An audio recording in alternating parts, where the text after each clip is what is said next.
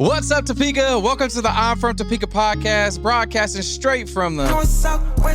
We're here to bring you the people, the stories, and the pulse of Topeka. Whether you're a longtime resident or just curious about what makes the city tick, we've got you covered. I know I've said this before, but we got a true legend in here, y'all. This man has been an inspiration to me, even though I'm not in that career field that he's in, but he's just been an inspiration to me ever since I've known of him, which was probably like 6 years ago.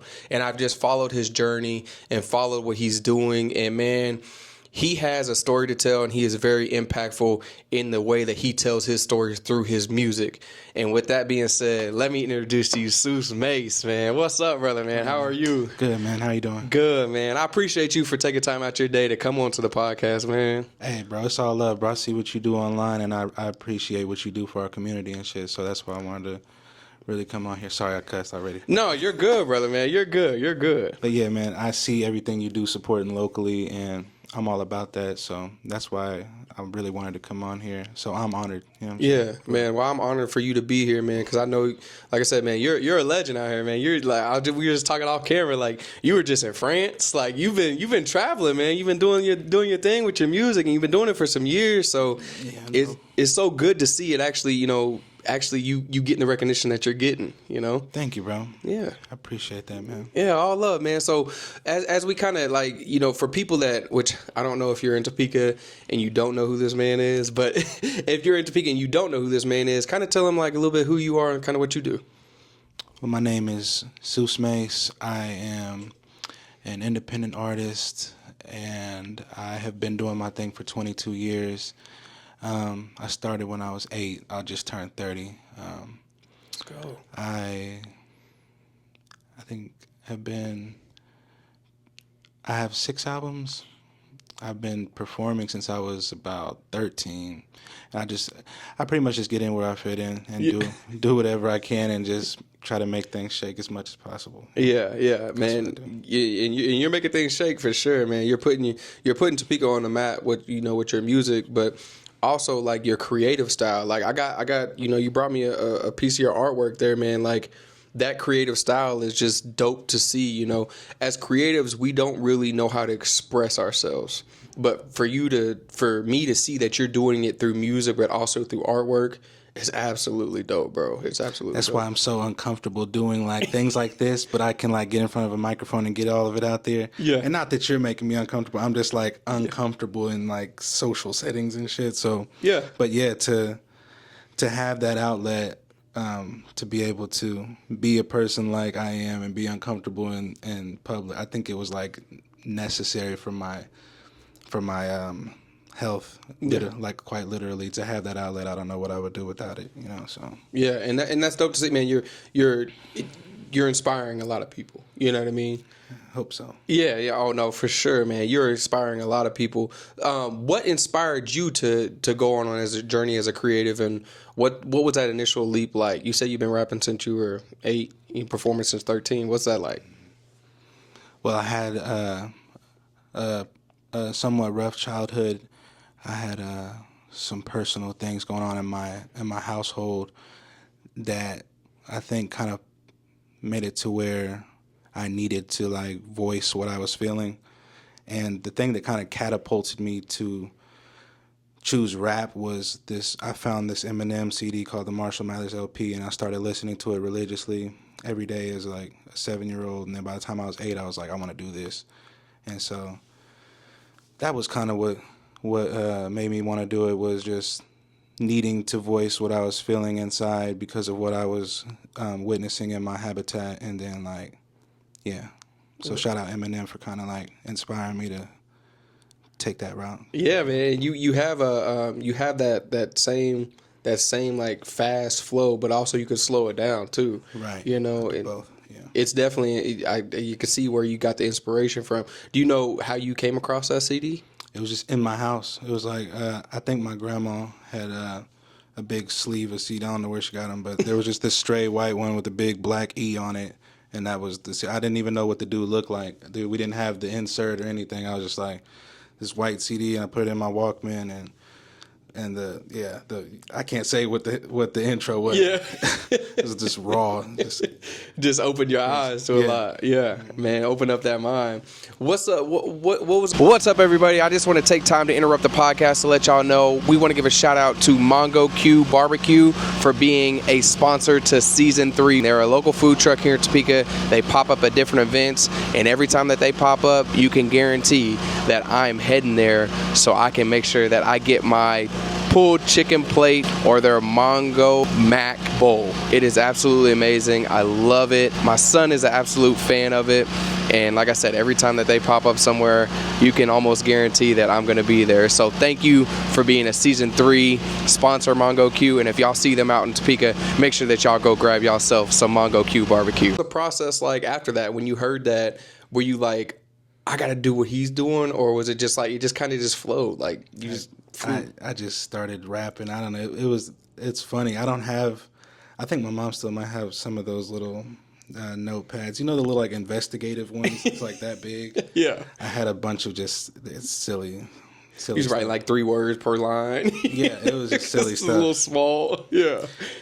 That's crazy. But that's dope though, man. That's dope. I remember those. I used to be a Shawnee County sheriff, and we used to have to keep those in the little pocketbook. I hated them because I was like, I need something fully to write on. Like, I don't know how they just scribble on this stuff. Yeah. Like, as a creative, it's like, I got to let all of this out, and I can't just figure out this like little space where to write it. I like my stuff organized. So, I'm sure you fill those things up galore. Another thing that's kind of funny is the movie Hustle and Flow was one of my inspirations too. Like, I was already rapping, but when that movie came out, I was like, I want to be this. I want to do this.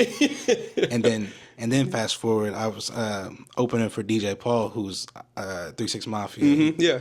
Produced everything on that movie, and I got to rap on stage with him. I was like, oh, this is crazy. Yeah. That was tight. When was that? When you got to get on stage with him? That was maybe a year and a half ago, 2 years ago. Yeah, man. That's dope. That's dope.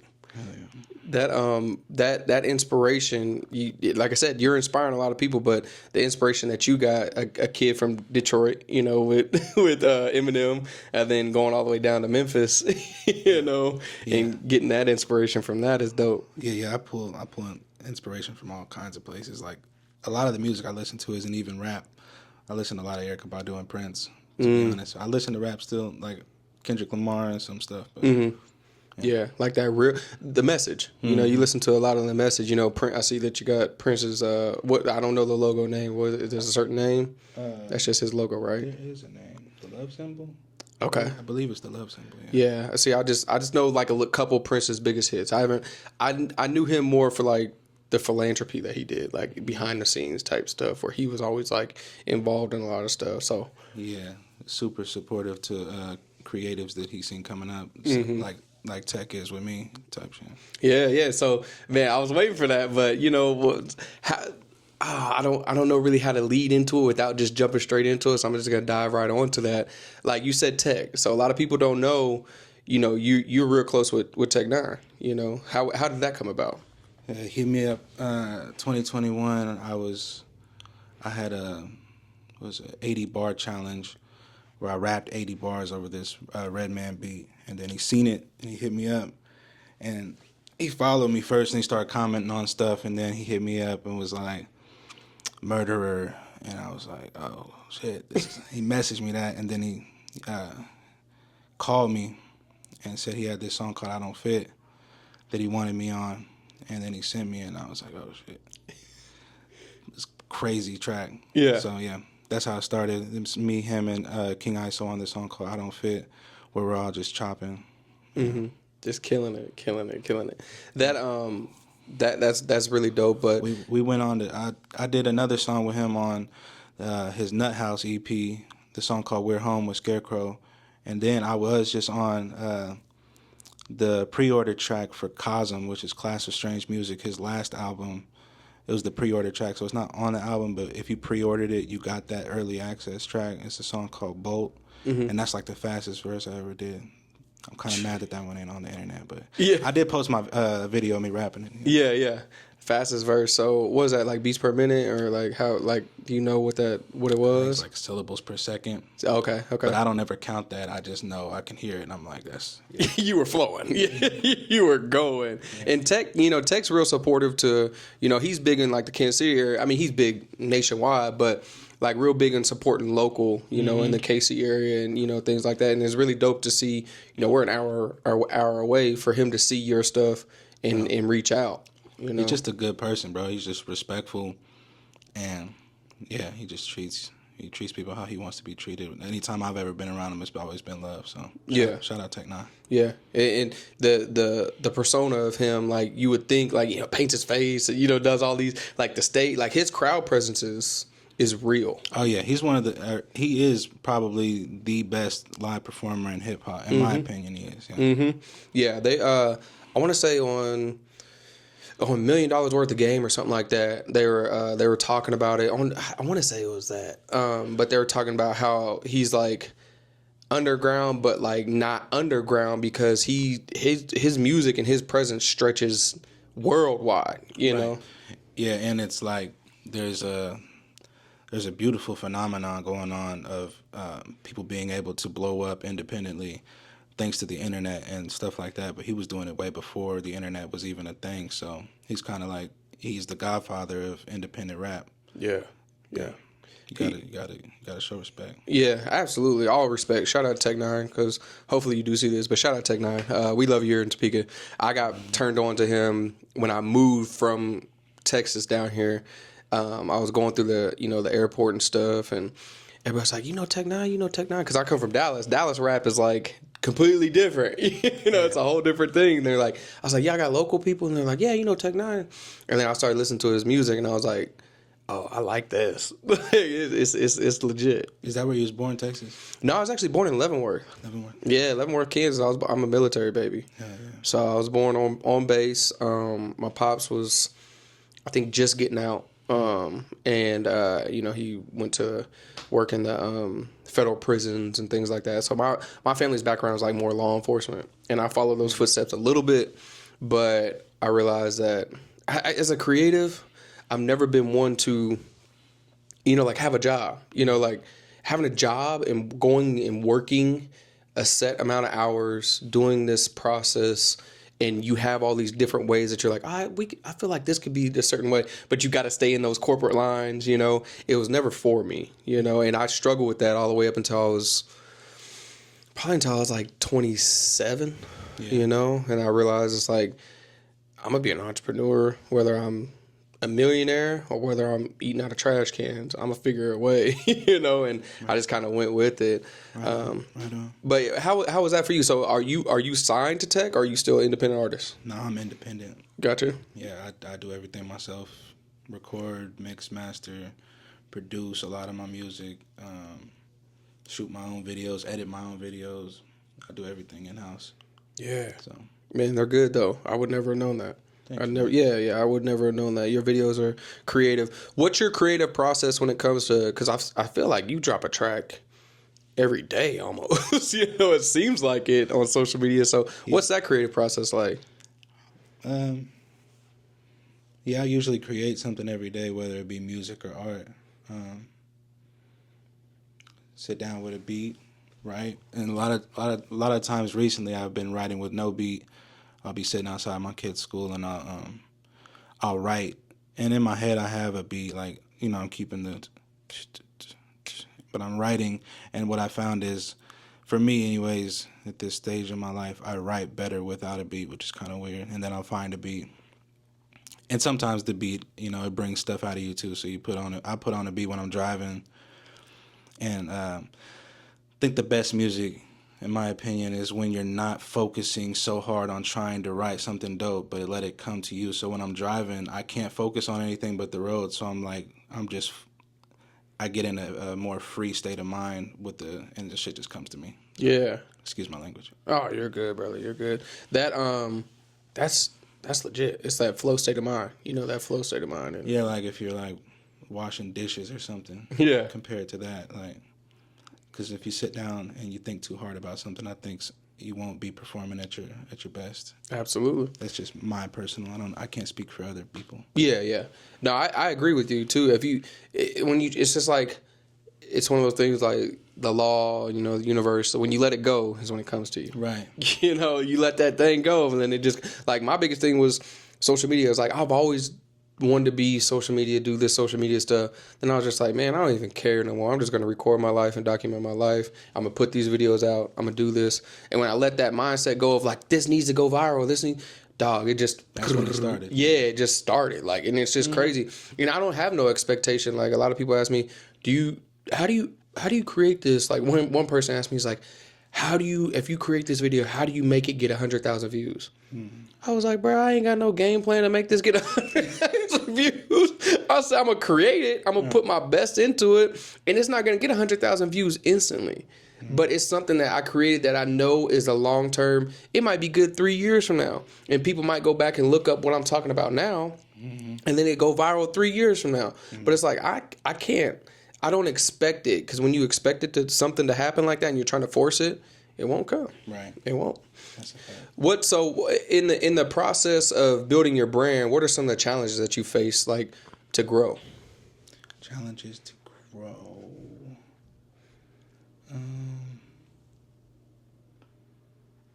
I don't know. Finances are always a struggle. Yeah. You have to find a way to market yourself with little to no money. If you don't have money, that's a obstacle. What was the question again? So what are some of the challenges? Like, just building your brand. I mean, and like you said, finances that's a real thing. Yeah, an image. I think some people think that you have to have an image or whatever. I kind of thought that for a little bit, but I think my image is I don't care, and that's kind of worked for me. So yeah. I don't think that was a good answer to your question. No, honestly that's a really great answer, because like we were just talking about just a second ago, like, it's people try to force so much. Like, the challenge is of just realizing that just create. You know what I mean? And finances is a real thing too, because an independent artist, you have all these people that can sign to a major deal, and they get pushed by all these major people behind them, you know, music brand or music company and things like that. But finances as independent artists and kind of growing and living where we're at, you know, we're in the Midwest. You know, Dallas, you could be an up and coming artist and make one song, and you could grow real quick. You know, being in Topeka, you know, being in a like flyover state, you know, a lot of people tend to overlook us here, you know, so that's definitely a real thing, you know, and finances are hard, you know, when you're trying to do everything yourself. Yeah, thank God for the internet. Amen. Because I've been blessed enough to like put a video out like that Without Me remix that I did, got over 10 million views in 1 year. And that was just me sitting at my desk with my cell phone. So, and I didn't market it or like put the sponsoring or whatever. And I've done that several times, like get millions of views just from my cell phone. So, if you got a cell phone and a beat, you really don't got no excuse. No, none at all. Just kill it. Yeah, just keep going. Like, you know, just don't worry about. You didn't expect it to get 10 million views. You just put it out. Yep, that was just my daily content for that day. And the importance of you post daily, right? Yep, and the consistency of that. Yeah, that's key. Consistency of that is what catches you into the algorithm. I tell people all the time, I don't know how to make myself go viral. I don't know how to make something go viral, but I'm going to keep it real and I'm going to be authentic the whole time and tell you, just be consistent. Consistency is always going to outweigh anything that you would do in life. If you want to get in shape, consistently work out, consistently eat right. If you want to, you know, save money, consistently save money. You know, if you want to be a doctor, consistently study, you know? Right. And the same works for the latter. Like, I was consistently drinking a fifth of brandy every day, and I was wondering why my life's going downhill. It's what you put in is what you're gonna get out. So yeah. Man. So okay. You dove into that a little bit. I'm sober now. I've been sober for 2 years. I was gonna ask you. Yeah, congratulations on that, man. Not completely. I have drank 6 times. Okay. In those 2 years, like I had a beer here and there, like when I was in France and stuff like that. But yeah, 2 years pretty much I've been sober. So Yeah.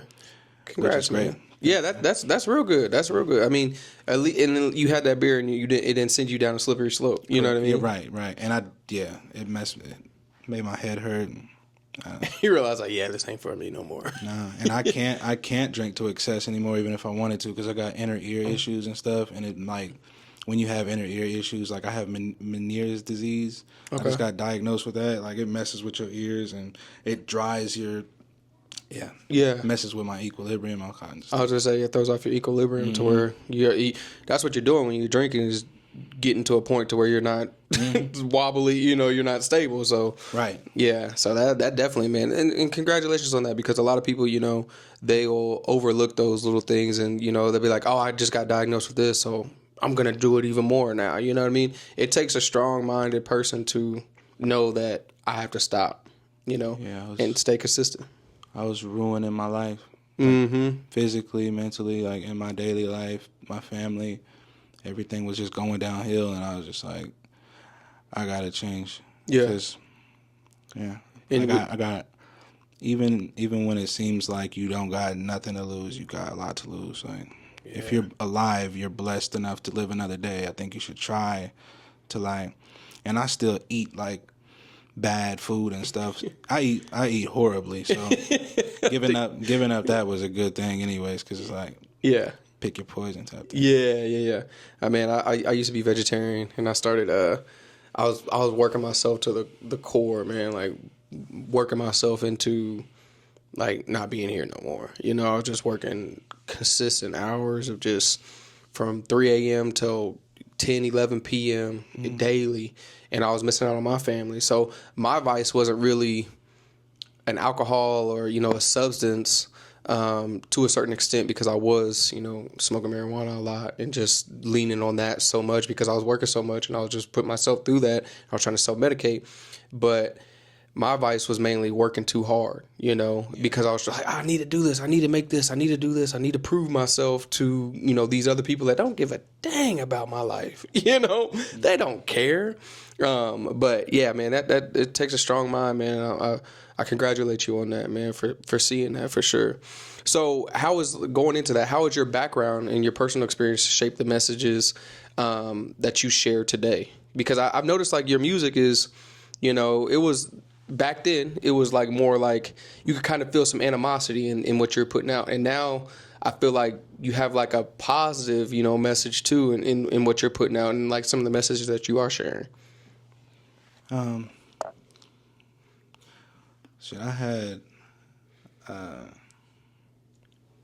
had a weird childhood. Like my biological father, he was really like abusive, and then he dipped. He moved to Arizona when I was like 8, or no, it was probably like 7. Yeah, so I had to endure a lot of like mental and somewhat physical sometimes, like trauma on that end, and seeing a lot of stuff. So that was phase 1 of what fueled some of those darker lyrics that you said. And then phase 2 would be my teenage years. I was blessed to have a good male role model, my stepdad, and him and my mom were doing an amazing job raising me, but I felt like I needed to like illegally emancipate myself type shit. So I like would run away, and I ran away and pretty much stayed gone from the time I was like a freshman up until adulthood, pretty much. Like I'd come back for like a week or 2 here or there. But that was me living on the streets for years. And a lot of things happened there. A lot of things transpired there. And I won't dive too deep in on that. But pretty much I spent my younger years getting put through the ringer emotionally, whether it be self-inflicted or, whatever. So, yeah, there's a lot of darkness that comes with my music, but also I kept a pure heart through all of that. Yeah. Because I was raised right, and I have just a loving soul. So, so you'll also get messages like Bend or Break, this song that I have where I had just went through my house burning down with my family in it, and I was in the full threshold of that alcoholism we were just talking about. Mm-hmm. And yeah, but I took that negative and flipped it into a positive with this song called Bend or Break that I like to push for people who are going through a hard time. Yeah. So yeah, that's kind of how that goes. Yeah, man. So I say like you have some animosity in your music, but that you have to get that out. You know what I mean? Like a lot of people don't know, like that's what you lived through. So when you were away, like you might not have access to therapy or anything like that, but that was therapy for you. You know what I mean? Like, and I don't say it with any ill heart or anything like that, but like that makes you who you are, and like that you connect with a lot of people because a lot of people don't know how to express that. You know? Correct. Yeah. And yeah, that is a lot of my fan bases. People thanking me and appreciating the fact that I say what they feel. Mm-hmm. Yeah. What advice would you give to someone who's struggling to find their unique voice or style? Like rappers or musicians? Musicians could be, an artist, like just that someone that puts their mind on a canvas, or anybody. I would say consistency is more important than anything. Just every day work at it if it's what you love, Yeah. And if it's helping you, it doesn't matter if the stuff is whack. You know what I'm saying? If it's whack, just keep doing it if it makes you feel good. And if nobody likes it, at least it's helping you, mentally. Yeah. Like people a lot of the times, and I'm guilty of it, I'll be like, oh, that song's whack. But it's helping them. Mm-hmm. It might be helping them. Who knows? Yeah. Yeah, that's good advice, consistency through that, because like you just got to get it out. Like you got to get it out, you right. know. Yeah, a lot. I think art should be like therapy for you first, and whatever comes from putting it out to the world is just icing on the cake. Yeah. So do it for you. For sure, bro. For sure. I love that. So you release this, which y'all, I got a signed copy. So if y'all it's my brand new album. Yeah, Something to Cry About. Yeah, Something to Cry About. What was this process like creating this, and why the name Something to Cry About? That is like one of my most personal albums, and it's also the last time I'm gonna talk about no, I can't say it's the last time I'm gonna talk about it, but like a lot of my personal matters. Mm-hmm. I just dumped it all out into there, and that Something to Cry About is because the album is pretty, like it has a lot of stuff to cry about. Yeah. And we as kids, I'll give you something to cry about. Yeah, I'll give you something to cry about. Yeah, exactly. Yeah, you crying for, man, I ain't even gonna lie, I caught myself saying that to my son. Mm-hmm. What are you crying for? I'm gonna give you something to cry about. And it's like, oh dang. Right. I need to stop. I'm supposed to be changing this. Changing how I talk to him and childhood trauma and stuff. But no, man, and then in the cover art, did you do the cover art yourself? No, Bingwop. Okay. Bengwop. He's a dope artist out of Detroit. Oh, wow. Yeah, and he's done a couple of my album covers. Yeah, that's legit. I'll tell him what I want. He'll bring it to life. So. Yeah. No, it's legit. What's your favorite song on the album? Let's see. Let's go ahead. I would say... Ghetto AF. Yeah. Featuring Scarecrow. I had Okay. We shot the music video in Kansas City in the bottoms, the West Bottoms is what they called it. Mm-hmm. It's this little area under the bridges and stuff. And then he was like, Tech finna pull up, and I was like, So Tech.3 pulled up and got in the music video, which was dope. So I was like, yeah, I wasn't even expecting that. I drove to Kansas City thinking me and Scarecrow was just shoot. Yeah, that was dope. So. Is Scarecrow one of Tech's artists or just yeah? Yeah, Scarecrow is an amazing MC from Kansas City, and he's in Nut House, which is him, Tech.3, Flack, the Grimstress, and they're still creating to this day. They were a group in the 90s, and then now they're back together doing more work, which is dope. Nice. So bringing it back full circle, Yeah, the Nut House. Yeah, that's really dope.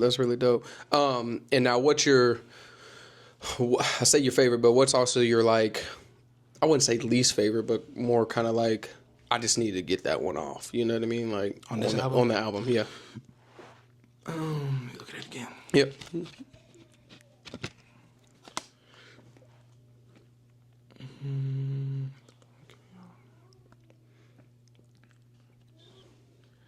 I would say I can't say that about any of them. Ain't It Funny? Okay. Ain't It Funny? Yeah, but it's still. I mean, it's still. It's not saying like you don't care about it, but it was just like more of like I like that one. You know what I mean? I'm really like really picky about what songs I let go on the album. So yeah. It takes a long time for me to be like, yeah, this is right. And Yeah. So. I don't blame you. I don't blame you one bit, man. I see when I was Mike G, he's usually here with the podcast with us, but he's working on some projects and things like that. So that's taking his time. But he was like, when we started I'm from Topeka stuff, he was like, bro, we got to get you on a song. I said, bro, that would never happen. I rapped in middle school and I let that go in middle school. Yeah. I mean, I'm good with I have spoken words that I'm going to release 2025 because I have messages that I don't necessarily think go good with a beat, but just I know how to deliver a message with the words that's being said. And I've been writing those for years. That's awesome, man. Yeah. So I have that creative process, but like I said, I have the creative process, but I can't put it to a beat. You know what I mean? Because it's like I'm not a flowy type person, but I have something to say that's very meaningful and really important to get out, and it just helps with therapy. You know? Yeah. But yeah, I wouldn't say never, but I don't think you'll ever catch me on a song other than I have a song I wrote in 7th grade called Hater Blockers. Hater Blockers? Yeah, I'm gonna have to bring that out. That's funny. I had it. One of my early songs was Block Them Fakers or something like that. Oh, wow, yeah. I had a weird song like that, yeah. That's crazy. Out of my early music, I recorded at this studio over in the South Side, and there's some funny beats and stuff. Yeah, some difference. We recorded on me and my homeboys in Texas, like my brothers. There's three others, and we were called the. Oh, you had a name? Bro, we had a whole name, bro. Okay. Like TBIP, Texas Boys in Purple. Okay. Dog, I'm telling you, 7th, 8th grade, advanced to middle school. We record on my homie's phone. The beat was playing on the computer, and we put it next to the speaker, and that's how we recorded. We'd all come up, switch verses, and we all come up and rap it to the phone. Yeah, dog, it was crazy. And then our hater blockers were, I randomly found these like construction glasses, just clear glasses that just help eye protection, and I put them on one day at school, and I was like, these are my hater blockers. And I was walking around, and then people would be like, yo, what up, or try to say something. I was like, I don't even see you, bro. Like, so we made a whole song about it, bro. It was man, my wife, she will tell you, she's heard it. She'll tell you, yeah, I went by T Harms, man. It was quite the experience, but we let that life go behind us in middle school. But moving forward, where do you see yourself and your brand in the next 5 years? I see myself and my brand somewhere a lot more prosperous.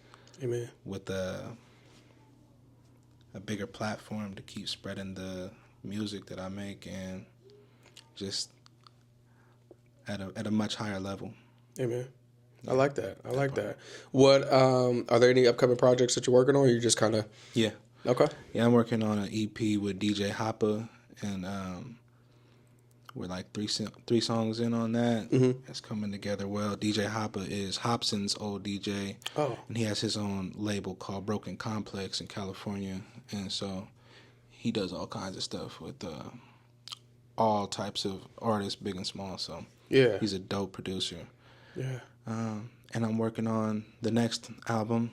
I just put that one out, but I'm already working. I always as soon as I'm done with one, I usually start the next one. Yeah. Fairly soon after. I try to keep the ball rolling. That's my 6th studio album. Okay. Yeah, full length, but I got a couple EPs. So. I got you. Do you record at your, you have your own studio? Yeah, I record everything myself, mix, master, all of it myself. Okay. Yeah. Dang. So yeah, putting an album out it takes some time. It takes some work, doing all that. Now, last question. How'd you come up with the name Seuss Mace? Lil Seuss was my first rap name when I was 12 or 13. I had Lil Seuss. That was it. And I came up with that because of my love for the Dr. Seuss books, because he draws and rhymes, and I draw and rhyme. I've been painting since I was 5 and like rapping since I was 8. So when I was like 12, I gave myself that name for that reason, because he does both. He draws and rhymes. And then when I got older, Lil Seuss got shortened to Seuss, and then Seuss got turned into Seuss Mace. And then Seuss Mace became an acronym, or not Seuss Mace, Seuss became an acronym, which is so everyone understands six. I'm gonna edit myself. Oh, yeah. Yeah, okay. And then Sicko Seuss was the last, was that moniker? Is that called? Acronym? Sick individual correctly killing the ordinary, so everyone understands sick shit. Sicko Seuss, yeah. Oh, wow. Oh, now Mace, where's Mace come from? That's actually my real last name. So Seuss Mace, yeah. Okay. Yeah, I didn't know that. I guess I never put two and two together. Mm-hmm. But dang, that's dope. I don't think I've ever heard you talk about that, like the acronym for Seuss. Yeah. Okay, now I said that was the last question, but now because you done brought up Dr. Seuss. Now, what's your favorite Dr. Seuss movie or book? My favorite book when I was a kid was Hop on Pop. Hop on Pop. Okay. But my favorite movie is probably Horton Hears a Who. Oh, that's a good one. It was gonna be the Lorax, but I was going to say the Lorax. That's mine. Yeah, the Lorax is fire. The Lorax is fire. I'm torn between the two. Yeah, the Lorax is fire. I just got my son to start watching it, and he's when they're talking about the mayor at the end, he's like, "Let him die, let him die." He was running around singing. I was like, "Dog!" The whole point of the movie is positivity. Yeah. Get the tree growing. He's running around singing, "Let him die, let him die." Like, I can't blame you. That OG Cat in the Hat though with Mike Myers. Yeah, that was a good one. That's fire. That was a good one. That man, I love Dr. Seuss, and a lot of people don't understand the inspiration from Dr. Seuss is real. Like with kids and music and creativity, it's real. Like the rhyming is a big thing. Well, man, I don't want to take up too much of your time. I truly appreciate you stopping by, and I know you don't do a lot of these interviews and things like that. So being able to be blessed by having you here, and I'm a fan of you, so it's like almost like I had to stop myself and be like, oh man, I got Seuss on, you know what I mean? Like it's hard, but man, I truly appreciate your time and the opportunity to sit down and talk about these things with you, and proud to be in the same city as you and see how much push you have for the city of Topeka and how much love you're bringing the city with what you're doing. So, hey, pleasure's all mine, brother. Yeah, all love, man. So y'all make sure that y'all hit up Seuss, because how can they find you on social media, or how can they, if they want your album, how can they reach it? Seuss Mace on everything, SEUSSMACE. You can message me on Instagram or Facebook. All my contacts on there. Cool. And if they want to, do you have streaming platform where they stream your music? Seuss Mace on there too. It's Seuss Mace everywhere. Yep, you can stream. Everywhere. I got 6 albums on all platforms. So let's go, and make sure that y'all get yourself a signed copy. Oh yeah, and the new song that I'm on, Barry Wham featuring Seuss Mace, Dope, BERYWAM. This the #1 beatbox group in France. Just put me on their new song called Dope. So check out Dope, Barry Wham featuring Seuss Mace, Dope. Yeah. Before we leave, I want to talk about that real quick. How was that experience in France and working with them? It was dope as hell, man. They hit me up, said they want me on their song, and then they flew me over to Toulouse, France, and they were very hospitable. I stayed for a week, and then we shot the video and a bunch of content, and then it was dope. Yeah, the content is really dope, and the way that I seen that some like behind the scenes, and like y'all were hyped together, and they showed some people paying to some people on the stairs, just kind of looking like what is this? Yeah, we was going nuts, man. Yeah, and man, it looked like a good time. So, what was the best experience over there in France? Like, did you get to what are they called? Croissant? Did you get yourself a croissant? I got some fire pastries, fire food. I actually ate some rabbit. I ate rabbit and duck down there. What? Yeah, there's this dish that's it's like native to Toulouse. It's called cassoulet, and it had duck in it. And I ate it. I normally would never try nothing like that, but I'm like, when in Rome. Yeah. When in Rome, you got to. Rabbit tastes like chicken too. Does it? Tastes just like chicken. So we got a lot of. We got Jack. What type of rabbit? Is it jackrabbit or? It's like, there's a lot of rabbits running around Topeka. They might have to snatch me. No. But no, that's dope, man. That's dope. Yeah, y'all go listen to that song because he has all the content on his Instagram, TikTok, Facebook, things like that. But the way he spits on there is the way Seuss always spits is amazing. But that one is really, really fire and top. And for them to fly him out to France and we're #1 beatboxing group, they be killing it. Yeah, they came to America and won over in New York. Oh wow! Yeah, they were the world champion. You know what I'm saying? Yeah. The biggest in France ever. Yeah. And do you know how they came across your content? Or they're just they found my remix, that Eminem with the one that I was talking about. Yeah. Yeah, me sitting at my desk rapping. Dang. And just hit it from there, all the way from Topeka, Kansas, man. Topeka, Kansas. Put them on the map. Make sure that y'all like, subscribe, share, comment who we should have on the podcast next, and hit that bell notification so you never miss I'm From Topeka podcast. And also, go like, comment, share on all Seuss's platforms, man, because the dude is doing dope stuff. He's got great music, and he's got a story to tell that means something. So, appreciate y'all for watching. Seuss, again, I appreciate you, brother, man. It's all love. People say we look like twins on TikTok, on my content all the time. So, yeah, it's the hair. It's got to be the hair. We'll see y'all next time. Holla. Peace and love.